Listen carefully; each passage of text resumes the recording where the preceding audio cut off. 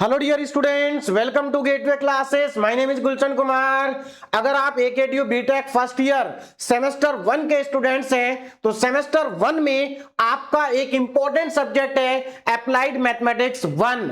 और applied mathematics 1 में trigonometry, differentiation और इंटीग्रेशन के बेसिक फार्मूले बहुत ज्यादा यूज होते हैं और ये बेसिक फार्मूले आप क्लास 11th और क्लास 12th में पढ़ चुके हैं। आज के लेक्चर में हम ट्रिग्नोमेट्री, डिफरेंशिएशन और इंटीग्रेशन के बेसिक फार्मूले रिवाइज करेंगे। लेकिन लेक्चर को स्टार्ट करने से पहले मैं आपको बता देता हूं कि गेटवे क्लासेस एप्लीकेशन पर बीटेक फर्स्ट ईयर के लिए न्यू सिलेबस के अकॉर्डिंग बैच अवेलेबल है और क्लासेस स्टार्ट हो चुकी हैं। बीटेक फर्स्ट ईयर के लिए बैच का नाम है आरंभ बैच 2.0 फॉर न्यू सिलेबस 2026-27। जब आप एप्लीकेशन के अंदर जाएंगे तो इस तरह के बैनर आपको दिखाई देंगे। यहां पर आप देख सकते हैं इस बैच के अंदर आपको सेम 1 और सेम 2 के ऑल सब्जेक्ट्स मिलेंगे। एप्लीकेशन के अंदर आपको दो टाइप के बैच मिलेंगे। टाइप 1 के बैच में आपको सेम 1 और सेम 2 के ऑल सब्जेक्ट्स मिलेंगे और टाइप 2 के बैच में आपको केवल सेम 1 के ऑल सब्जेक्ट्स मिलेंगे। तो अगर सेम 1 का होगा तो वहां पर सेम 1 लिखा होगा और सेम 1 प्लस सेम 2 का होगा तो वहां पर सेम 1 प्लस सेम 2 लिखा होगा। और जैसा कि आप जानते हैं कि इस बार बीटेक फर्स्ट ईयर में आपका जो सिलेबस है वो स्ट्रीम वाइज है। तो जब आप एप्लीकेशन के अंदर जाएंगे तो आपको बैनर के ऊपर यहां पर स्ट्रीम का नाम लिखा हुआ मिलेगा। जैसे ये जो बैच है ये सीएस स्ट्रीम के लिए है। सिमिलरली आपको अदर स्ट्रीम के लिए भी बैचेस वहां पर मिल जाएंगे। जैसे कि ये बैच मैकेनिकल स्ट्रीम के लिए है, ये बैच सिविल स्ट्रीम के लिए है, ये वाला बैच इलेक्ट्रिकल स्ट्रीम के लिए है और ये वाला बैच इलेक्ट्रॉनिक्स स्ट्रीम के लिए। और सभी स्ट्रीम के लिए आपको दो टाइप के बैच मिलेंगे, same 1 plus same 2 and only same 1। आप जिसमें चाहें उसमें एनरोल कर सकते हैं। अगर आपने अभी तक गेटवे क्लासेस एप्लीकेशन को डाउनलोड नहीं किया है तो एप्लीकेशन को डाउनलोड कर लें और एप्लीकेशन के अंदर अपनी स्ट्रीम के कोर्स को सेलेक्ट करके आप एनरोल कर सकते हैं और अपनी पढ़ाई को और बेहतर तरीके से स्टार्ट कर सकते हैं। अब मैं आपको यहां पर कोर्स के फीचर्स बता देता हूं कि एप्लीकेशन के अंदर आपको कोर्स के क्या फीचर्स मिलेंगे। तो ध्यान दीजिएगा, सबसे इंपॉर्टेंट पॉइंट, आपका पूरा का पूरा जो सिलेबस होगा वो न्यू सिलेबस होगा। कैसा होगा? न्यू सिलेबस के अकॉर्डिंग आपको पढ़ाया जाएगा और आपका जो न्यू सिलेबस है वो 2026-27 के लिए है। क्लियर है? फुल सिलेबस के आपको टॉपिक वाइज वीडियो लेक्चर मिलेंगे, यूनिट वाइज आपको वन शॉट रिवीजन मिलेंगे जो एग्जाम टाइम में आपके लिए बहुत हेल्पफुल होंगे। हाई क्वालिटी प्रिंटेबल नोट्स भी आपको मिलेंगे जिनको आप प्रिंट कर सकते हैं और बहुत कम पेजेस में आपके ये प्रिंट आउट निकल जाएंगे। कॉम्प्रिहेंसिव क्वेश्चन बैंक आपको मिलेगा प्रैक्टिस के लिए। AKTU exam oriented important question, मतलब यहां पर आपको इंपॉर्टेंट क्वेश्चन का सेट भी मिलेगा जो आपके यूनिवर्सिटी एग्जाम के लिए बहुत ज्यादा इंपॉर्टेंट होगा। और एप्लीकेशन के अंदर आपको एक्सपर्ट गाइडेंस, एकेडमिक सपोर्ट, मतलब किसी भी तरह का आपको गाइडेंस की जरूरत है, सपोर्ट की जरूरत है रिगार्डिंग योर बीटेक और फर्स्ट ईयर, तो यहां पर आपको टाइम टू टाइम मिलता रहेगा। और एप्लीकेशन के अंदर जितनी भी फैकल्टी आपको पढ़ा रही है सभी फैकल्टी वेल क्वालिफाइड है और एक्सपीरियंस फैकल्टी है। गेटवे क्लासेस एप्लीकेशन सभी प्लेटफॉर्म पर अवेलेबल है, जैसे कि Google play store, app store, window. अगर आपने अभी तक डाउनलोड नहीं किया है तो पहले आप एप्लीकेशन को डाउनलोड कर लें।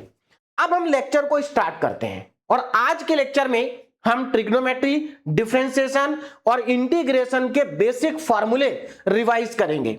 ये सारे फार्मूले आप क्लास 11 और क्लास 12 में पढ़ चुके हैं और इनका बहुत ज्यादा यूज आप कर चुके हैं।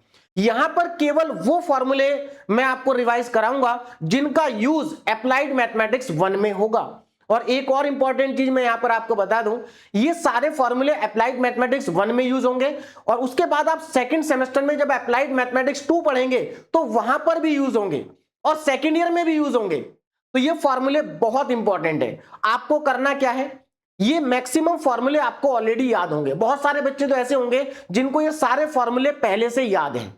कुछ बच्चे ऐसे होंगे जो कुछ भूल चुके होंगे, कुछ उनको याद होंगे। तो मैं यहां पर आपको क्लियर कर दूं, ये सारे फॉर्मूले आपको बैठ के रटना नहीं है।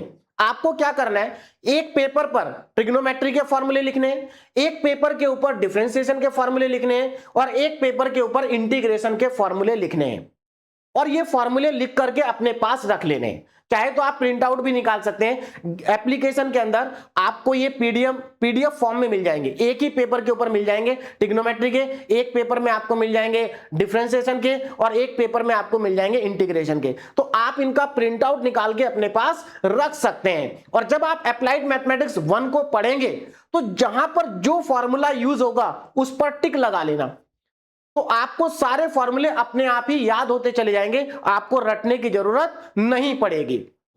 तो चलिए स्टार्ट करते हैं। तो आप लोग ये फॉर्मूलों की लिस्ट जरूर बना ले, चाहे प्रिंट आउट निकलवा ले या फिर हैंड रिटन बना ले, दोनों चॉइस, दोनों ऑप्शन आपके पास हैं। नाउ यहां पर ट्रिग्नोमेट्री के अंदर हमारा पहला फॉर्मूला लिखा हुआ है, आप देख सकते हैं, सभी को ये याद होगा। जैसे कि आप जानते हैं कि साइन जो होता है वो कॉसेक का उल्टा होता है, तो sine theta equal to 1 cosec theta. Cos जो होता है वो सेक का उल्टा होता है और टेन क्या होता है, कॉट का उल्टा होता है। तो ये तीनों फॉर्मूले आपको ऑलरेडी याद है, क्लियर है। अगर नहीं याद है तो इनको आप नोट करके देख लें, आपको सब याद हो जाएंगे। नेक्स्ट है tan theta sine theta upon cos theta और कॉट थीटा का होता है cos theta upon sine theta. देखिए वैसे तो ये सभी फॉर्मूले इंपॉर्टेंट है, लेकिन ये दो फॉर्मूले बहुत ज्यादा यूज होते हैं अप्लाइड मैथमेटिक्स 1 में, क्लियर है। Tan theta equal to sine upon cos, cot theta equal to cos upon sine. उसके बाद सेकेंड फॉर्मूला, देखिए ध्यान दीजिएगा यहां पर क्या है, साइन माइनस थीटा जो होता है वो माइनस का साइन थीटा होता है। ये सब आपको याद होंगे मुझे पता है, लेकिन अगर आपको याद भी है ना, फिर भी आपको एक बार इनको रिवाइज करना चाहिए, क्योंकि जैसे जैसे समय निकलता जाता है तो फॉर्मूले भी दिमाग से निकल जाते हैं। अगर आप बार बार रिवाइज करते रहेंगे तो ये आपको याद रहेंगे, क्लियर है। साइन माइनस थीटा होता है माइनस साइन थीटा और कॉस माइनस थीटा होता है प्लस का कॉस थीटा। देखो इनको याद रखने का बहुत आसान तरीका है, कॉस और कॉस का उल्टा होता है सेक। देखो कॉस और कॉस का उल्टा होता है सेक, ये दोनों पॉजिटिव होते हैं, बाकी सब निगेटिव होते हैं, क्लियर है। और अगर मैं बात करूं इनके यूज की, तो ये सारे फॉर्मूले यूज नहीं होते। अप्लाइड मैथमेटिक्स के अंदर जनरली स्टार्टिंग के जो ये दो फॉर्मूले हैं इनका यूज बहुत ज्यादा होता है, आगे के फॉर्मूले एक दो जगह पर यूज होंगे, बाकी यूज नहीं होंगे। बात समझ में आ गई। तो मैं यहां पर आपको साथ साथ ये भी बता रहा हूं कि कौन से ऐसे फॉर्मूले हैं जो अप्लाइड मैथमेटिक्स 1 के अंदर बहुत ज्यादा यूज होंगे, जिनका यूज ज्यादा होगा। चलिए आगे बढ़ते हैं थर्ड फॉर्मूले पे। यूज तो सारे होंगे लेकिन इनका और इनका यूज ज्यादा होगा ना। थर्ड फॉर्मूला इंपॉर्टेंट है, थर्ड फॉर्मूले का यूज बहुत जगह पर होगा। ये हमारी ट्रिग्नोमेट्रिक आइडेंटिटी है, ट्रिग्नोमेट्रिक आइडेंटिटी जिनको आप क्लास 10th से पढ़ते आ रहे हैं। क्या है, sine square theta plus cos square theta 1 होता है, सबको पता है। अच्छा एक और इंपॉर्टेंट चीज मैं यहां पर आपको बता दूं कि मैंने ये सारे ट्रिग्नोमेट्री के जो फॉर्मूले हैं वो इन टर्म्स ऑफ थीटा लिखे हैं, थीटा की टर्म्स में लिखे हैं, लेकिन ये सारे फॉर्मूले आप एक्स की फॉर्म में भी लिख सकते हैं, मतलब आप थीटा की जगह पर एक्स भी लिख सकते हैं। क्योंकि जब हम अप्लाइड मैथमेटिक्स 1 के अंदर इनको यूज करेंगे तो वहां पर जनरली आपको एक्स देखने को मिलेगा, थीटा आपको देखने को नहीं मिलेगा। बात समझ में आ रही है। तो हम थीटा की जगह पर एक्स भी लिख सकते हैं, क्लियर होगी बात ना। आगे बढ़ते हैं। तो थीटा की जगह पर आप एक्स लिखना चाहें तो लिख सकते हैं, कोई दिक्कत नहीं है। 1 plus tan square theta equal to sec square theta, important identity है। 1 प्लस कॉट स्क्वायर थीटा होता है कॉसेक स्क्वायर थीटा। अब देखो कुछ बच्चे इनको ऐसे भी याद रखते हैं कि इसको अगर मैं यहां से टेन स्क्वायर थीटा को यहां से हटा दूं तो ये sec square theta minus tan square theta equal to 1 हो जाता है। तो आपकी मर्जी, आप किस फॉर्म में याद रखना चाहते हैं।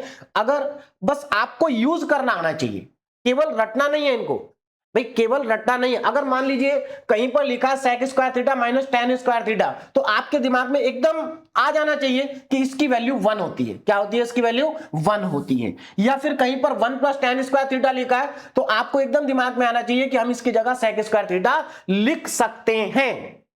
तो ये इंपॉर्टेंट फॉर्मूले है, तीनों का यूज होता है।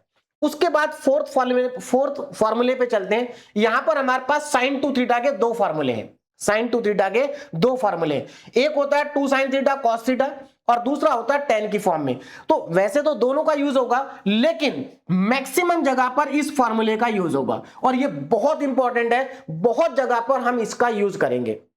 अब ये जो फॉर्मूला है स्टूडेंट्स को रट लेते हैं, लेकिन इसको समझने की कोशिश नहीं करते हैं। देखिए ऐसा मैं क्यों बोल रहा हूं, क्योंकि जब आप इसको क्वेश्चन में यूज करोगे तो जरूरी नहीं है कि वहां पर साइन टू थीटा ही हो या two sine theta cos theta हो। ऐसा भी हो सकता है वहां पर केवल साइन थीटा लिखा हो और आपको वहां पर ये फॉर्मूला लगाना पड़ जाए। तो अगर केवल साइन थीटा लिखा है और आप ये फॉर्मूला लगाना चाहते हैं तो आप लगा सकते हैं। देखो कैसे, बहुत सिंपल सा कॉन्सेप्ट है। देखो यहां पर क्या लिखा, टू थीटा, और इधर क्या लिखा, थीटा।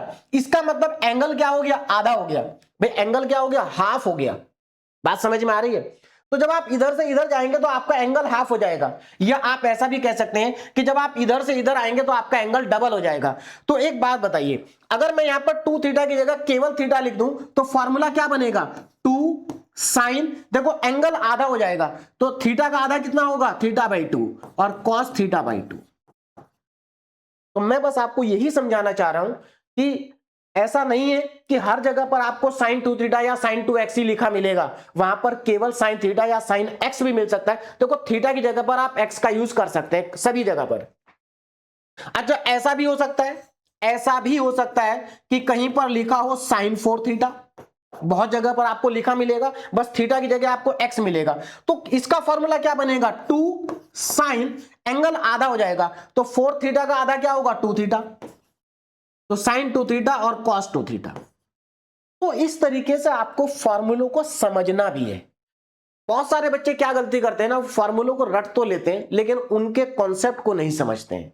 भाई जरूरी नहीं है कि आपको क्वेश्चन के अंदर एज इट इज यही वाली फॉर्म लिखी हुई मिले। यहां पर हो सकता है कि 8 थीटा लिखा हो, 8, अगर यहां पर 8 थीटा होगा तो यहां पर 4 थीटा, 2 साइन 4 थीटा और कॉस 4 थीटा आपको लिखा हुआ दिखाई, मतलब यहां पर 4 थीटा आएगा। बोलो बात समझ में आ गई? चलिए भाई आगे चले। देखो अब इस वाले फॉर्मूले पर आ जाते हैं। अगेन वेरी वेरी इंपॉर्टेंट, ये जो फॉर्मूला है बहुत ज्यादा इंपॉर्टेंट है भाई, बहुत ज्यादा, वेरी वेरी इंपॉर्टेंट। मतलब आप ये मान के चलिए कि अप्लाइड मैथमेटिक्स 1 के अंदर साइन टू थीटा और कॉस टू थीटा ये फॉर्मूले बहुत ज्यादा यूज होते हैं। अब यहां पर आप कहेंगे सर बहुत सारे फॉर्मूले आपने कॉस टू थीटा के लिख रखे हैं, तो बेटा ये एक ही फॉर्मूला है, बस इसको मैंने अलग अलग फॉर्म में लिखा है क्योंकि क्वेश्चन के अंदर ये अलग अलग फॉर्म में ही यूज होता है। तो इसलिए मैंने यहां पर वो सारी फॉर्म लिख दी हैं जो क्वेश्चन के अंदर आ सकती हैं, बस थीटा की जगह एक्स होगा। देखो cos टू थीटा का जो मेन फॉर्मूला होता है वो होता है cos square theta minus sine square theta, लेकिन आप इसको कन्वर्ट कर सकते हैं इस फॉर्म में। कैसे? अगर आप यहां पर साइन स्क्वायर थीटा की जगह पर, अगर आप साइन स्क्वायर थीटा की जगह पर क्या लिख देंगे, अगर आप साइन स्क्वायर थीटा की जगह पर 1 माइनस कॉस स्क्वायर थीटा लिख दें यहां पर, तो ये वाला फॉर्मूला आ जाएगा। बोलो बात समझ में आ रही है?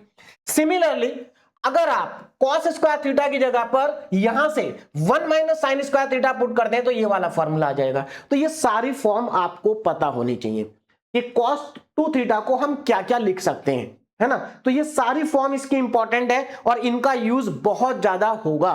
क्लियर है? cos टू थीटा का फॉर्मूला tan की फॉर्म में भी होता है, जैसे sin टू थीटा का भी tan की फॉर्म में होता है। तो tan की फॉर्म में क्या होता है, sin टू थीटा का 2 tan theta upon 1 plus tan square theta. Similarly cos two theta का होता है 1 माइनस tan स्क्वायर थीटा और 1 प्लस tan स्क्वायर थीटा। ये दोनों फॉर्मूले भी यूज होंगे लेकिन बहुत ज्यादा यूज नहीं होंगे। बहुत ज्यादा कौन से यूज होंगे, ये वाला फॉर्मूला और ये वाली फॉर्म। फॉर्मूला एक ही है, फॉर्म अलग अलग है। बोलो बात समझ में आ गई? आगे बढ़ते हैं। नेक्स्ट, अब यहां पर देखो tan टू थीटा का फॉर्मूला यूज होगा लेकिन बहुत ज्यादा जगह पर नहीं होगा, एक दो जगह पर यूज होगा। इसका फॉर्मूला क्या होता है, 2 tan theta upon 1 minus tan square theta. यहां पर स्टूडेंट को कंफ्यूजन हो जाता है इन दोनों फॉर्मूलों में। देखो sin टू थीटा और tan टू थीटा दोनों फॉर्मूले सेम है, बस डिफरेंस क्या है, प्लस माइनस का है। देखो 2 tan theta upon 1 plus tan square theta, जबकि tan टू थीटा के फॉर्मूले में यहां पर माइनस आता है। देखो यहां पर माइनस आता है, तो इसमें कंफ्यूजन होता है बहुत बच्चों को, इसका ध्यान रखना है। उसके बाद ये जो दो फॉर्मूले यहां पर लिखे हुए हैं ये अगेन दोनों बहुत इंपॉर्टेंट है। तो देखो यहां पर ये इंपॉर्टेंट था, यहां पर ये फॉर्मूले इंपॉर्टेंट है और यहां पर ये दोनों फॉर्मूले इंपॉर्टेंट है। साइन 3 थीटा का फॉर्मूला तो ये होता है 3 sine theta minus 4 sine cube theta, और कॉस 3 थीटा का फॉर्मूला होता है 4 cos cube theta minus 3 cos theta. ये फॉर्मूले जनरली कहां पर यूज होते हैं, देखो ये इंटीग्रेशन में भी यूज होते हैं, डिफरेंशिएशन में भी। मान लीजिए कहीं पर आपको साइन क्यूब थीटा का इंटीग्रेशन करना है तो आप इस फॉर्मूले की हेल्प से कर सकते हैं। इस फॉर्मूले की हेल्प से यहां से आप साइन क्यूब थीटा कैलकुलेट करेंगे और यहां पर पुट कर देंगे, इंटीग्रेशन कर देंगे। चलिए, तो ये दोनों फॉर्मूले इंपॉर्टेंट है। उसके बाद है tan 3 थीटा। अगेन ज्यादा इंपॉर्टेंट नहीं है, इसका यूज एक या दो जगह पर आएगा बस। तो अगर यूज आएगा तो याद तो होना ही चाहिए, है ना। तो जहां पर यूज आएगा तब याद कर लेना, अभी याद करने की जरूरत आपको नहीं। अभी तो केवल आपको नोट करके रखने और जो फॉर्मूला जहां पर यूज होगा उस पर टिक लगा लेना है। आगे देखो भाई, नेक्स्ट फॉर्मूला हमारा अगेन बहुत इंपॉर्टेंट फॉर्मूला है। 10th जो हमारा फॉर्मूला है ये बहुत इंपॉर्टेंट है, और इसके अंदर जो स्टार्टिंग के 4 फॉर्मूले हैं इनका यूज बहुत ज्यादा होता है, बहुत ज्यादा यूज होता है इनका, है ना। देखो क्या है, साइन ए प्लस बी का फॉर्मूला होता है sign A cos B plus cos A sine B, सबको याद होगा। अगर यहां पर माइनस आ जाएगा तो यहां बीच में माइनस आ जाएगा। अच्छा, कॉस की बात अगर करें तो कॉस में देखो क्या होता है, cos A cos B minus sign A sine B, मतलब कॉस के अंदर सेम टर्म आती है, तो दोनों कॉस आएंगे या दोनों साइन आएंगे। Similarly cos A minus B में भी या तो दोनों कॉस आएंगे या दोनों साइन आएंगे। बस आपको क्या याद रखना है कि प्लस वाले में माइनस आता है, माइनस वाले में प्लस आता है। नीचे के जो 4 फॉर्मूले हैं ये ज्यादा इंपॉर्टेंट नहीं है, इनका यूज एक या दो जगह पर आएगा, तो जहां पर आएगा वहां पर इनको देख लेना, बस इनको नोट करके अपने पास रख लो कि ये भी हमारे पास फॉर्मूले होते हैं। क्लियर है, आगे बढ़े। नेक्स्ट क्वेश्चन है, नेक्स्ट फॉर्मूला। देखिए नेक्स्ट फॉर्मूला जो हमारे पास है formula number 11, again very very important, बहुत ज्यादा यूज होगा इस फॉर्मूले का भी, डिफरेंशिएशन में भी और इंटीग्रेशन में भी, और भी बहुत जगह पर इस फॉर्मूले का यूज होगा। ये चारों फॉर्मूले देखो, फॉर्मूले क्या है, 2 sin a cos b, तो जब sin a cos b होगा तो यहां पर sin a प्लस बी और plus sin a minus B होगा, मतलब a प्लस बी की टर्म आएगी और a माइनस बी की आएगी, दोनों टर्म साइन की होंगी, बीच में प्लस आएगा। अगर ये 2 cos a sin b है तो बीच में माइनस आ जाएगा, क्या आ जाएगा, बीच में माइनस आ जाएगा। बोलो बात समझ में आ रही है, क्लियर है। अगला formula 2 cos a cos b है, मतलब यहां पर दोनों cos हैं, तो अगर यहां पर दोनों cos हैं तो यहां पर भी दोनों cos होंगे, cos a plus B plus cos a minus B. और अगर यहां पर दोनों साइन है तब भी यहां पर दोनों कॉस होंगे। डिफरेंस क्या होगा कि a माइनस बी वाली टर्म पहले आएगी, प्लस बी ए प्लस बी वाली टर्म बाद में आएगी और बीच में माइनस आएगा। तो ये चारों फॉर्मूले आपको अच्छे से याद रखने हैं, और याद कब करने हैं, जब इनको आप अप्लाई करेंगे। अभी मत रटना इनको, अभी तो नोट करके रख लेना बस। और उसके बाद ट्रिग्नोमेट्री का हमारा लास्ट फार्मूला, जहां पर अगेन आपको 4 फार्मूले दिखाई दे रहे हैं in the form of C and D. इनको हम 11th क्लास में सी डी फार्मूला भी, सी एंड डी फार्मूला भी बोलते थे, है ना। तो ये फार्मूले भी यूज होते हैं, ये फार्मूले भी अप्लाइड मैथमेटिक्स 1 के अंदर यूज होंगे, बहुत ज्यादा यूज नहीं होंगे लेकिन यूज होंगे। फॉर्मूला क्या है, sine C plus sine D, तो ये होता है 2 sine C plus D upon 2 cos C minus D upon 2, मतलब साइन और कॉस दोनों आएंगे, यहां प्लस और यहां माइनस। अगर यहां पर बीच में माइनस आ गया, अगर बीच में माइनस आ गया तो क्या होगा, कॉस पहले आएगा साइन बाद में आएगा। देखो उल्टा हो गया, यहां पर साइन के साथ में सी प्लस डी था, यहां पर कॉस के साथ में सी प्लस डी आ गया, उल्टा हो गया। अगर cos C plus cos D है तो दोनों टर्म कॉस की आएंगे, एक में सी प्लस डी बाई 2 आएगा, एक में सी माइनस डी बाई 2 आएगा। और अगर यहां पर बीच में माइनस है तो दोनों टर्म साइन की आएंगी और बाहर माइनस साइन भी आएगा। तो ये फॉर्मूला भी हमारा क्या है, इंपॉर्टेंट है, लेकिन बहुत ज्यादा यूज नहीं है लेकिन यूज है। क्लियर है। तो ये थे हमारे ट्रिग्नोमेट्री के फॉर्मूले। अब हम चलते हैं डिफरेंशिएशन के फॉर्मूलों पर, बात समझ में आ रही है। तो ट्रिग्नोमेट्री के मैंने आपको जितने भी फॉर्मूले बताए हैं इन सबको एक पेपर पे नोट करके रख लेना, ये एक ही पेपर पर आ जाएंगे, या आप इनका प्रिंट आउट निकाल लेना, एक पेपर पर इनका प्रिंट आउट भी निकल जाएगा। बोले बात समझ में आ गई, आगे बढ़ते हैं। नाउ बेसिक फॉर्मूले ऑफ डिफरेंशिएशन, बेसिक फॉर्मूले ऑफ डिफरेंशिएशन, अब जरा ध्यान दीजिएगा। अब यहां से हम डिफरेंशिएशन के फॉर्मूले रिवाइज करेंगे।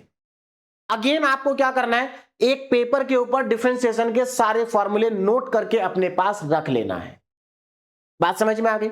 चलिए, अप्लाइड मैथमेटिक्स 1 के अंदर, अप्लाइड मैथमेटिक्स 1 के अंदर लगभग सभी यूनिट में ट्रिग्नोमेट्री के फॉर्मूले यूज होंगे। और अगर बात करूं मैं डिफरेंशिएशन के फॉर्मूलों की, तो अप्लाइड मैथमेटिक्स 1 में, अप्लाइड मैथमेटिक्स 1 में 3 यूनिट ऐसी हैं जहां पर डिफरेंशिएशन और इंटीग्रेशन के फॉर्मूले यूज होंगे। क्लियर है। चलिए स्टार्ट करते हैं।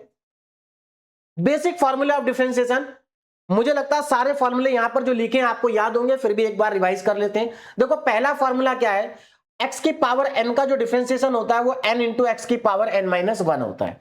साइन का कॉस होता है, देखो ये तो x की पावर n का हो गया। हाँ, इसको देख लेते हैं पहले। कांस्टेंट का डिफरेंशिएशन 0 होता है। आप सबको पता है कि कांस्टेंट का डिफरेंशिएशन क्या होता है, 0 होता है।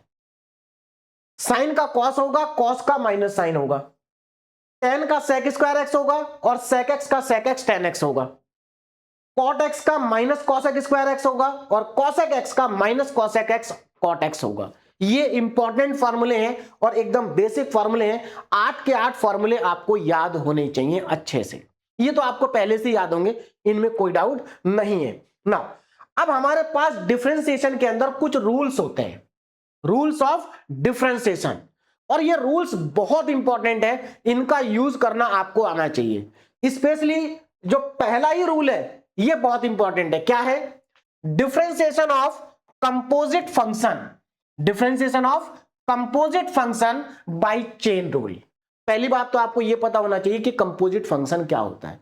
अगर आपको कहीं पर भी फंक्शन का फंक्शन दिखाई दे, मतलब फंक्शन का भी फंक्शन अगर आपको कहीं मिल जाए, तो समझ जाना कि वो कंपोजिट फंक्शन है। जैसे कि आप यहां पर देख सकते हैं, ये कंपोजिट फंक्शन है। देखो क्यों?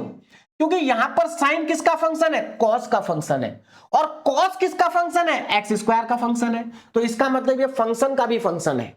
यहां पर देखो आप, यहां पर जो पहले वाला लॉग है वो किसका फंक्शन है? पहले वाला लॉग है इसका फंक्शन, और जो दूसरा वाला लॉग है वो किसका फंक्शन है? वो इसका फंक्शन है, और जो तीसरे वाला लॉग है वो किसका फंक्शन है? वो एक्स क्यूब का फंक्शन है। तो यहां पर function of function of function चल रहा है, तो इसी को कहते हैं हम कंपोजिट फंक्शन। और कंपोजिट फंक्शन का डिफरेंशिएशन करने के लिए हमारे पास होता है चेन रूल। तो हम कंपोजिट फंक्शन का डिफरेंशिएशन कैसे करते हैं? चेन रूल से करते हैं। अब मैं आपको चेन रूल से ये दोनों डिफरेंशिएशन करके दिखाता हूं, तो आपको समझ में आ जाएगा कि चेन रूल होता क्या है। समझिए जरा ध्यान से। पहले वाला देखो, पहले हमारे पास क्या दिया है? y is equal to sine, y is equal to sine cos X square. ये मेरे पास है, मुझे क्या करना है? मुझे इसका डिफरेंशिएशन करना है विद रेस्पेक्ट टू एक्स। क्या करना है? Differentiation with respect to X. अब मैं इसका एक्स के रेस्पेक्ट में करूंगा डिफरेंशिएशन, तो क्या आ जाएगा? dy by D x, dy by D x. अब जरा ध्यान दो करेंगे कैसे। देखो यहां पर सबसे पहले आपको कौन सा फंक्शन दिख रहा है? साइन दिख रहा है। क्या साइन की कोई पावर है? साइन की कोई पावर नहीं है। तो इसका मतलब हमें यहां पर साइन का डिफरेंशिएशन करना है, और साइन का डिफरेंशिएशन क्या होता है? साइन का डिफरेंशिएशन होता है cos x। तो अब यहां पर साइन का जब मैं डिफरेंशिएशन करूंगा तो यहां पर cos आएगा, cos x आएगा। अब देखो यहां पर x का काम कौन कर रहा है? x का काम ये कर रहा है भाई, साइन x का होता है cos x, और यहां पर ये पूरा का पूरा x का काम कर रहा है। तो इसका मतलब साइन का हो गया cos, और ये x है तो x ऐसे ही आएगा, तो cos और ब्रैकेट में आ जाएगा cos x स्क्वायर, क्योंकि यहां पर ये पूरा x का काम कर रहा है। बोलो बात समझ में आई? अभी आपने किसका डिफरेंशिएशन करा? साइन का करा, साइन का हो चुका, ठीक है। अब क्या करोगे? साइन किसका फंक्शन है? cos x स्क्वायर का फंक्शन है, तो अब आप cos x स्क्वायर का करोगे। पहले आपने साइन का करा, अब आप cos x स्क्वायर का करोगे। बात समझ में आ रही? और लिखेंगे कहां? मल्टीप्लाई में, मतलब इसी के आगे आप मल्टीप्लाई का साइन लगाएंगे और यहां पर cos x स्क्वायर का डिफरेंशिएशन करेंगे। अब मेरी बात को जरा ध्यान से समझना। देखो आगे लिखा है cos x स्क्वायर। क्या यहां पर cos की कोई पावर है? नहीं, cos की कोई पावर यहां पर नहीं है। बात समझ में आ रही है? cos की यहां पर कोई पावर नहीं है। बच्चे यहां पर जल्दबाजी में गलती कर देते हैं, वो सोचते हैं कि ये cos स्क्वायर लिखा, cos स्क्वायर नहीं है बेटा, ये cos x स्क्वायर है। देखो इन दोनों में डिफरेंस है, इन दोनों में डिफरेंस है। यहां पर cos का स्क्वायर है, वहां पर एंगल का स्क्वायर है। बोलो बात समझ में आ रही है? इसको मैं लिख सकता हूं cos x का होल स्क्वायर, लेकिन इसको मैं cos x का होल स्क्वायर नहीं लिख सकता, ये गलत है। ऐसा हम नहीं लिख सकते, ये गलत है, ये सही है। बोलो बात समझ में आ गई? तो यहां पर अब cos लिखा है, तो cos का डिफरेंशिएशन क्या होता है? cos का डिफरेंशिएशन होता है माइनस का साइन, तो ये आ जाएगा माइनस का साइन एक्स स्क्वायर। अच्छा आपने किसका डिफरेंशिएशन करा? cos का करा। अब cos किसका फंक्शन है? एक्स स्क्वायर का, तो अब आपको एक्स स्क्वायर का भी करना पड़ेगा। तो अब आप मल्टीप्लाई का साइन दोबारा लगाएंगे और एक्स स्क्वायर का डिफरेंशिएशन हो जाएगा 2x। अब डिफरेंशिएशन खत्म हो गया, अब कुछ और नहीं बचा, बस इसको आप सही करके लिख देंगे तो ये आ जाएगा dy by D X is equal to minus 2x -2x cos x square into sine X square. तो ये हमारा इसका क्या आ गया, फाइनल आंसर आ गया। तो मेरे ख्याल से आपको समझ में आ गया होगा कि चेन रूल की हेल्प से हम डिफरेंशिएशन कैसे करते हैं। एक और एग्जांपल को कर लेता हूं आगे वाले को, उसके बाद यहां पर कुछ इंपॉर्टेंट पॉइंट आपको यहां पर मैं बताऊंगा, ध्यान दीजिएगा जरा। देखो मुझे पता है कि ये सब आपको आता है, हो सकता है आप सोच रहे हो सर आप ये क्या बता रहे हैं, ये तो सब हमें आता है। अच्छी बात है, बहुत अच्छी बात है अगर आपको आता है, लेकिन फिर भी मैं आपको ये कहूंगा कि एक बार रिवाइज कर लीजिए, बहुत हेल्प मिलेगी आपको। चलिए भाई अब आगे देखो दूसरे एग्जाम्पल को। y is equal to log, देखो लॉग किसका फंक्शन है, लॉग है, लॉग, मैं इसको एक काम करता हूं ऐसे करके इस फॉर्म में लिखता हूं कि आपको समझ में आए ज्यादा। y इज इक्वल टू, पहला फंक्शन हमें दिखाई दे रहा है यहां पर लॉग। अच्छा लॉग किसका फंक्शन है, लॉग फंक्शन है, लॉग लॉग फंक्शन है लॉग एक्स क्यूब का। बोलो मेरी बात समझ में आ रही है, लॉग किसका फंक्शन है, लॉग फंक्शन है लॉग एक्स क्यूब का। बात समझ में आ रही है, तो ये पूरा का पूरा लॉग के लिए एक्स का काम कर रहा है, पूरा का पूरा किसका काम कर रहा है, एक्स का। अब जरा यहां पर ध्यान से देखो ना, तो लॉग और लॉग एक्स क्यूब, बोलो बात समझ में आ रही। मुझे इसका डिफरेंशिएशन करना है तो मैं इसका डिफरेंशिएशन करता हूं with respect to X dy by D X. जरा ध्यान दो, देखो भाई, अच्छा log x का डिफरेंशिएशन सबको पता होगा 1/x, मैंने आगे फॉर्मूला लिख रखा है, आगे फॉर्मूला मिलेगा आपको, ये रहा, log x का होता है 1/x, है ना। चलिए तो log x का डिफरेंशिएशन होता है 1/x, और यहां पर ये पूरा का पूरा x का काम कर रहा है, किसका काम कर रहा है, x का काम कर रहा है। तो हम यहां पर क्या लिखेंगे, 1/log एक्स क्यूब। बोलो बात समझ में आ रही है, क्यों लिखा मैंने ऐसा, क्योंकि यहां पर ये पूरा का पूरा एक्स का काम कर रहा था भाई, तो मैंने इसका नीचे लिख दिया 1/log एक्स का होता है 1/x, तो ये पूरा x है तो 1/x। अब आगे देखो, हमने किसका डिफरेंशिएशन करा है, अभी तो हमने इस वाले का करा है, अब ये किसका फंक्शन है, log एक्स क्यूब का है। तो अब एक काम करो, अगले वाले लॉग का डिफरेंशिएशन करो, अब इस वाले लॉग का करेंगे। तो अगर मैं इस वाले लॉग का डिफरेंशिएशन करता हूं तो देखो मल्टीप्लाई में लिखेंगे क्या आएगा, अगेन यहां पर आएगा 1/, देखो इस लॉग के आगे क्या लिखा है, log एक्स क्यूब लिखा है, तो इस वाले लॉग के लिए ये x का काम करेगा, किसका काम करेगा, x का काम करेगा। तो यहां पर आ जाएगा log एक्स क्यूब इंटू, अब ध्यान दो जरा, अब इसका भी हम कर चुके, अब हम करेंगे इस वाले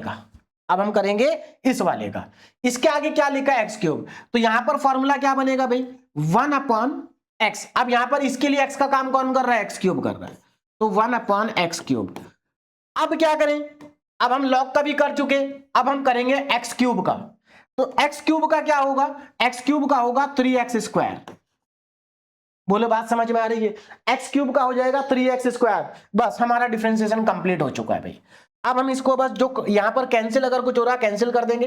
अच्छा यहां पर कैंसिल क्या होगा भाई, एक मिनट, log एक्स क्यूब, तो 1/log एक्स क्यूब, ठीक है।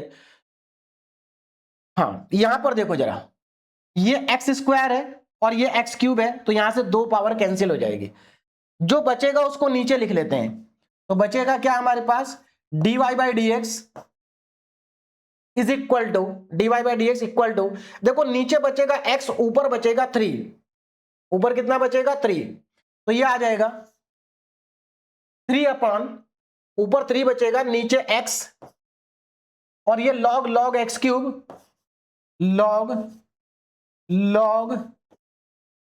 एक्स क्यूब, और एक log एक्स क्यूब और बचेगा।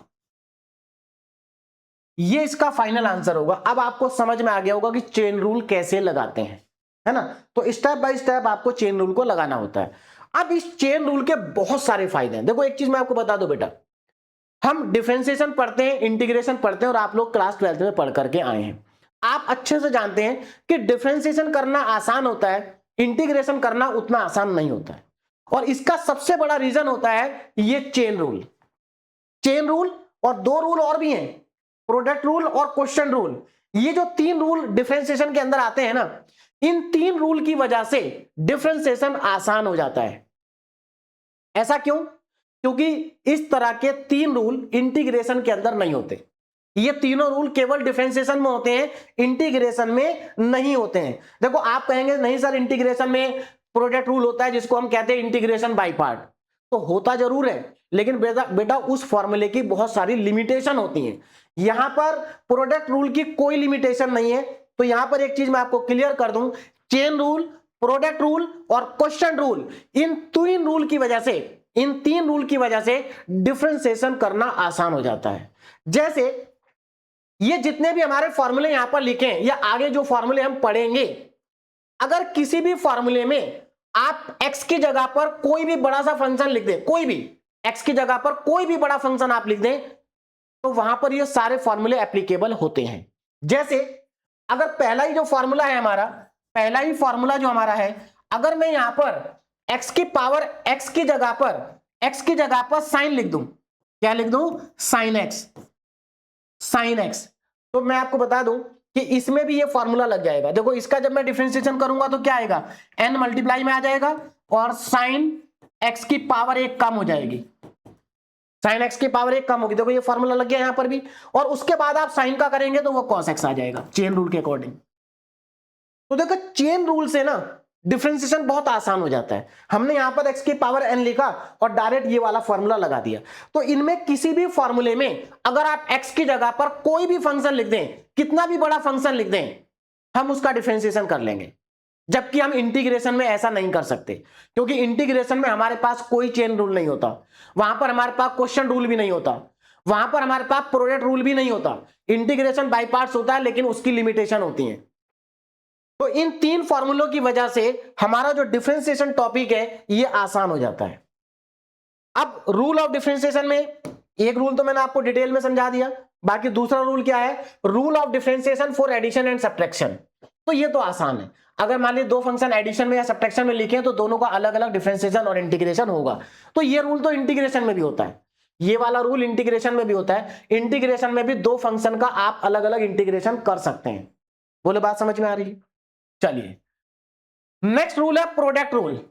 ये समझ में आपको आ गया प्रोडक्ट रूल। प्रोडक्ट रूल कब लगाते हैं? अगर दो फंक्शन मल्टीप्लाई में लिखे हैं, आपको उनका डिफरेंशिएशन करना है तो आप प्रोडक्ट रूल लगाते हैं। प्रोडक्ट रूल क्या कहता है कि पहला फंक्शन सेम रहेगा, दूसरे का डिफरेंशिएशन होगा, फिर प्लस साइन आएगा। अब दूसरा वाला सेम रहेगा और पहले वाले का डिफरेंशिएशन होगा। तो ये होता है हमारा प्रोडक्ट रूल, और इसकी कोई लिमिटेशन नहीं है, आप कहीं पर भी लगा सकते हैं। बात समझ में आ गई? नेक्स्ट है हमारा क्वेश्चन रूल। क्या है? क्वेश्चन रूल मतलब अगर दो फंक्शन आपके फ्रैक्शन में लिखे हैं तो उनको आप क्वेश्चन रूल से डिफरेंशिएट कर सकते हैं। देखो क्वेश्चन रूल क्या कहता है कि नीचे वाला फंक्शन सेम रहेगा, ऊपर वाले का डिफरेंशिएशन आएगा, फिर बीच में माइनस साइन, ऊपर वाला सेम रहेगा और नीचे वाले का डिफरेंशिएशन आएगा, और पूरे के अपॉन में नीचे वाले का स्क्वायर आएगा। तो ये हमारा होता है क्वेश्चन रूल। बात समझ में आ गई? तो हमेशा याद रखना डिफरेंशिएशन आसान क्यों होता है? क्योंकि डिफरेंशिएशन के अंदर चेन रूल होता है, प्रोडक्ट रूल होता है, क्वेश्चन रूल होता है, लेकिन इंटीग्रेशन के अंदर नहीं होता है। आगे बढ़ते हैं। Now differentiation of exponential and logarithmic function. ये डिफरेंशिएशन के ऐसे फॉर्मूले हैं जो बहुत ज्यादा यूज होते हैं। देखिए क्या है, a की पावर x का डिफरेंशिएशन होता है a की power x log to the base e a। अब क्वेश्चन जब आप सॉल्व करेंगे तो अगर मान लीजिए कहीं पर आपके पास आ गया 2 की पावर x, तो आप इसका डिफरेंशिएशन क्या लिखेंगे? इसका डिफरेंशिएशन हो जाएगा 2 की power x log to the base e और 2। मतलब a की जगह कोई भी नंबर लिखा हो सकता है, a की जगह पर कोई भी नंबर लिखा हो सकता है। e की पावर x का e की पावर x होता है, आप अच्छे से जानते हैं। log x का 1/x होता है, लेकिन यहां पर बच्चे कई बार गलती कर देते हैं। log x का 1/x तब होता है जब बेस में e लिखा हो। देखो अगर कहीं पर लिखा है log x, तो इसका मतलब यह है कि इसके बेस में e है, भले ही लिखा हो या ना लिखा हो।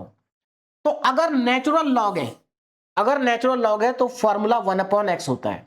लेकिन अगर बेस में e की जगह पर कोई और नंबर लिखा है तो उसका फॉर्मूला ये होगा डिफरेंशिएशन का 1/x। 1/x तो आएगा, लेकिन साथ में log भी आएगा, log to the base e a, मतलब इसका बेस e आ जाएगा और ये जो बेस में था ये यहां पर आगे आ जाएगा। तो ये दोनों फॉर्मूले में स्टूडेंट को कंफ्यूजन रहता है, तो इनको अच्छे से याद कर लेना। क्लियर है? आगे चलते हैं, differentiation of inverse trigonometric function. अब हमारे जो इनवर्स ट्रिग्नोमेट्रिक फंक्शन होते हैं उनका भी डिफरेंशिएशन आपको याद होना चाहिए, और ये बहुत आसान होता है, एक बार आप इनको जब यूज करेंगे तो अपने आप याद हो जाएंगे। जैसे साइन इनवर्स एक्स और कॉस इनवर्स एक्स का दोनों का सेम होता है, बस प्लस माइनस का अंतर है।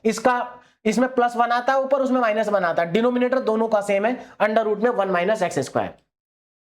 क्लियर है? सिमिलरली टेन इनवर्स एक्स और कॉट इनवर्स एक्स का डिफरेंशिएशन सेम होता है, बस प्लस माइनस का अंतर है। टेन इनवर्स में प्लस आता वन आता है ऊपर, और इसमें माइनस वन आता है, डिनोमिनेटर दोनों का सेम है, वन प्लस एक्स स्क्वायर।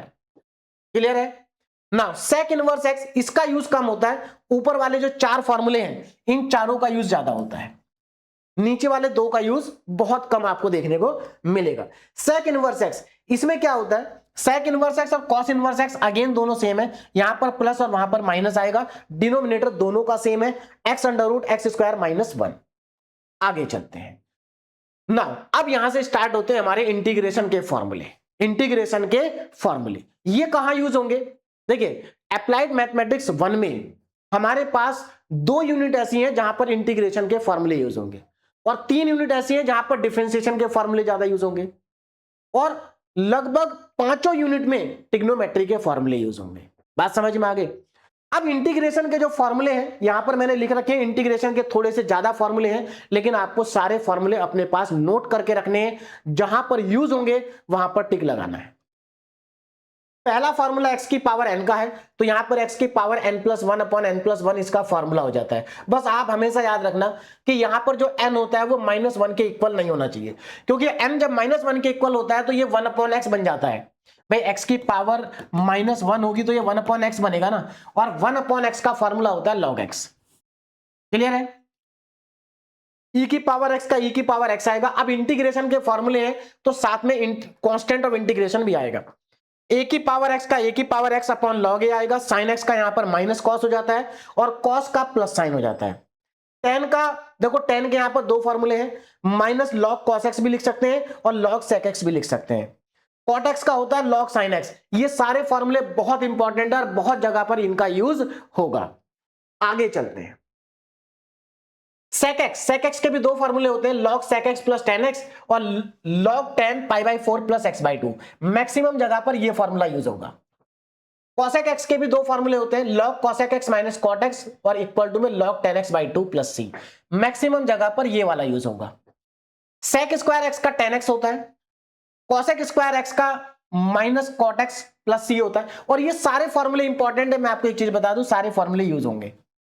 सेक एक्स टेन एक्स का सेक एक्स होता है integration, cosec X cot X का इंटीग्रेशन माइनस का कॉसेक एक्स होता है।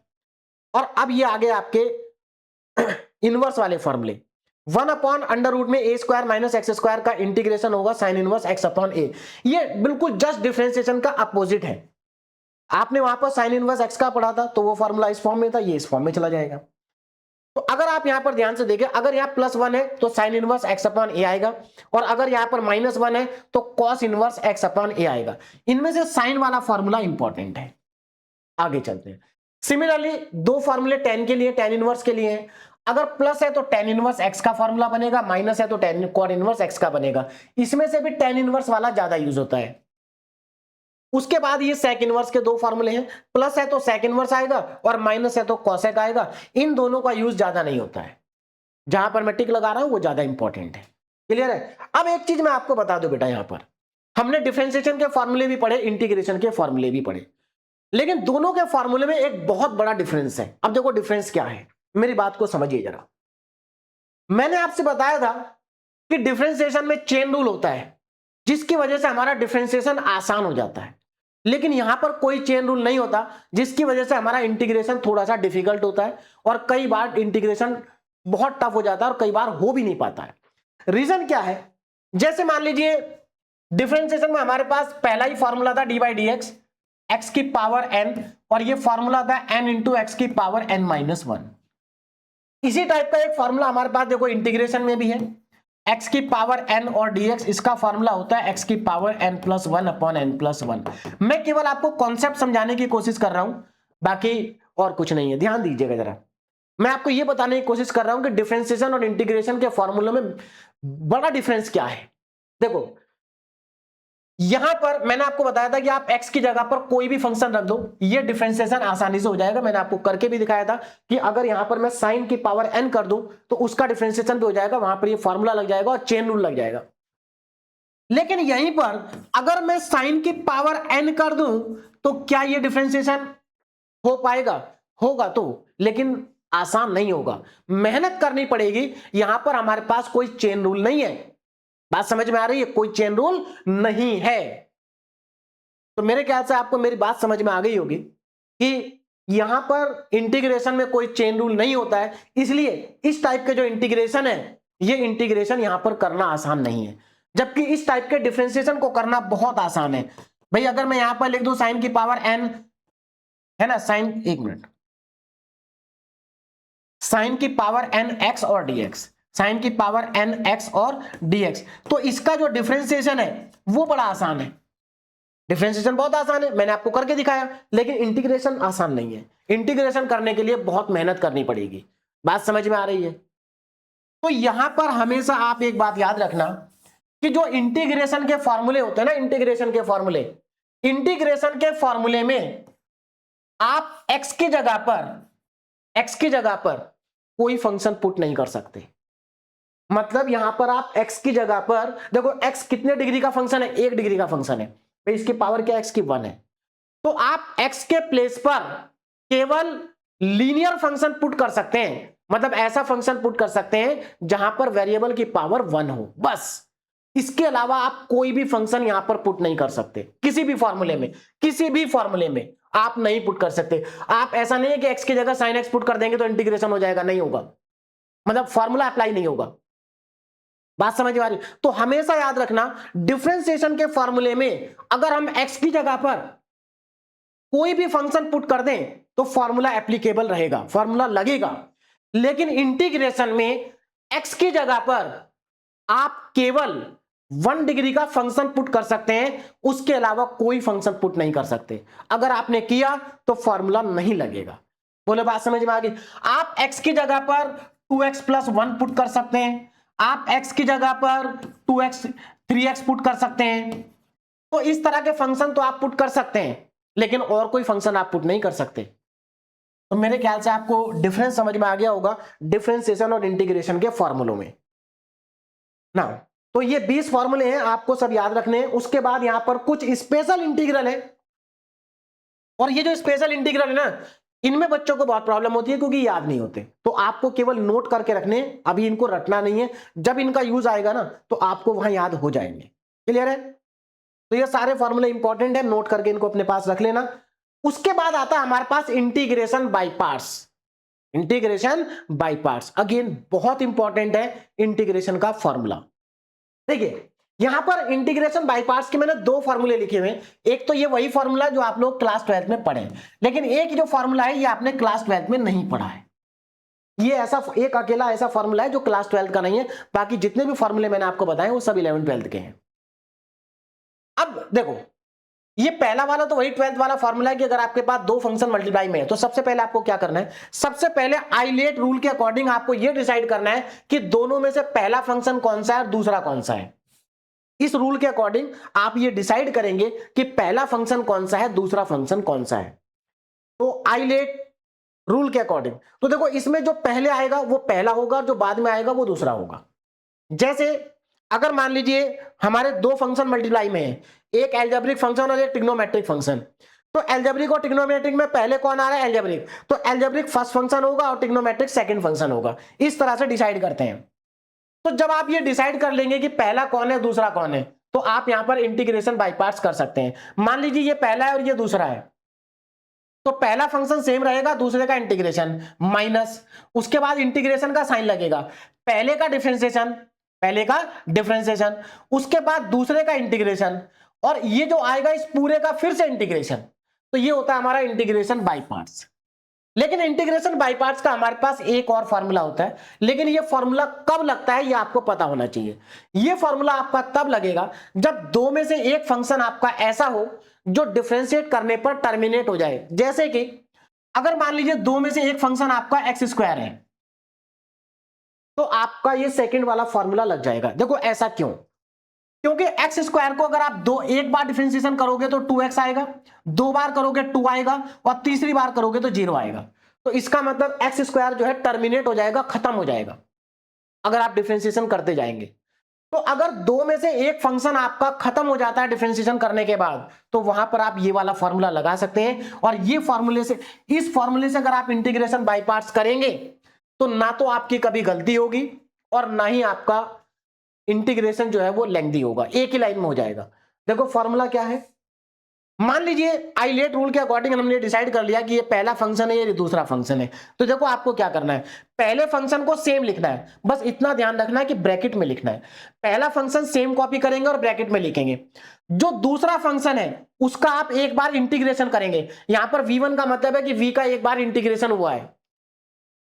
बोलो बात समझ में आ गई? पहले को सेम लिखना है, दूसरे का इंटीग्रेशन करके लिखना है और ब्रैकेट में लिखना है। अब बात करते हैं साइन की। देखो पहली टर्म का साइन प्लस होगा, दूसरी का minus, plus minus plus, sign alternate चलेंगे। उसके बाद क्या करना, देखो माइनस साइन आ गया। अब यहां पर जो ब्रैकेट में पहला फंक्शन है इसका डिफरेंशिएशन करना है, और जो दूसरा फंक्शन है इसका फिर से इंटीग्रेशन करना है। एक बार इंटीग्रेशन हो चुका, दोबारा इंटीग्रेशन करना है, बस सेम आगे रिपीट करना है।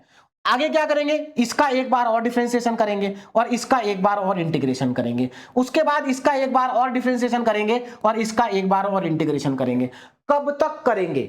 हम तब तक करेंगे जब तक हमारा एक फंक्शन खत्म ना हो जाए, टर्मिनेट ना हो जाए। और मैं आपको बता दूं, मैक्सिमम आपको एक्स स्क्वायर एक्स क्यूब दे सकते हैं, बस एक्स क्यूब से ज्यादा कहीं नहीं होता। तो अगर एक्स क्यूब होगा तो वो 3 बार में जाकर के, भाई 3 बार तक आपको वैल्यू मिलेगी, चौथी बार में वो खत्म हो जाएगा। बोलो बात समझ में आ रही है? तो ये इंटीग्रेशन बाय पार्ट्स का इंपॉर्टेंट फॉर्मूला है, इसको आपको याद रखना है। अब उसके बाद लास्ट में हमारे पास आती है properties of definite integral. Definite integral की ये 5 प्रॉपर्टी होती हैं, और इन पांचों में से जो लास्ट की 3 प्रॉपर्टी है, लास्ट की 3 प्रॉपर्टी, इनका यूज बहुत ज्यादा होता है। तो इनको भी आप नोट डाउन करके रख लेंगे पेपर में, जब इनका यूज आएगा तो आपको अपने आप ये याद हो जाएंगी। तो ये हमारे डिफरेंशिएशन और इंटीग्रेशन और ट्रिग्नोमेट्री के सारे फॉर्मूले हैं जो आपके बहुत ज्यादा काम आने वाले हैं अप्लाइड मैथमेटिक्स 1 के अंदर। क्लियर है? तो इनको आप नोट करके अपने पास रख लेना। अब एक बार फिर से मैं आपको बता देता हूं कि गेटवे क्लासेस एप्लीकेशन पर बीटेक फर्स्ट ईयर के लिए न्यू सिलेबस के अकॉर्डिंग बैच अवेलेबल है, और आपने अगर अभी तक गेटवे क्लासेस एप्लीकेशन को डाउनलोड नहीं किया है तो गेटवे क्लासेस एप्लीकेशन को डाउनलोड कर लें, और उसके अंदर जाकर के इस तरह के बैनर आपको दिखाई देंगे, है ना। बैनर के ऊपर आपकी स्ट्रीम लिखी होगी, अपनी स्ट्रीम के अकॉर्डिंग कोर्स को सेलेक्ट करके आप उसमें एनरोल कर सकते हैं। सभी स्ट्रीम के लिए बैच अवेलेबल है, और स्ट्रीम वाइज आपको अलग अलग कंटेंट वहां पर मिलेगा। जैसा कि आप जानते हैं इस बार का जो न्यू सिलेबस है वो स्ट्रीम वाइज है, तो गेटवे क्लासेस एप्लीकेशन पर बैचेस भी स्ट्रीम वाइज है, और अलग अलग स्ट्रीम में आपको अलग अलग कंटेंट मिलेगा, और एकदम न्यू सिलेबस के अकॉर्डिंग कंटेंट आपको मिलेगा। क्लियर है? चलिए, तो यहां पर हमारे फॉर्मूले कंप्लीट हो गए, इनको आप नोट करके रख लीजिए। अगले लेक्चर से हम यूनिट 1 स्टार्ट करेंगे। क्लियर है? नेक्स्ट यूनिट 1 हम स्टार्ट करेंगे, तो यूनिट 1 का लेक्चर 1 अब हम स्टार्ट करेंगे, लेकिन उससे पहले आप ये सारे फॉर्मूले नोट करके अपने पास रख लेना। Okay, thank you very much.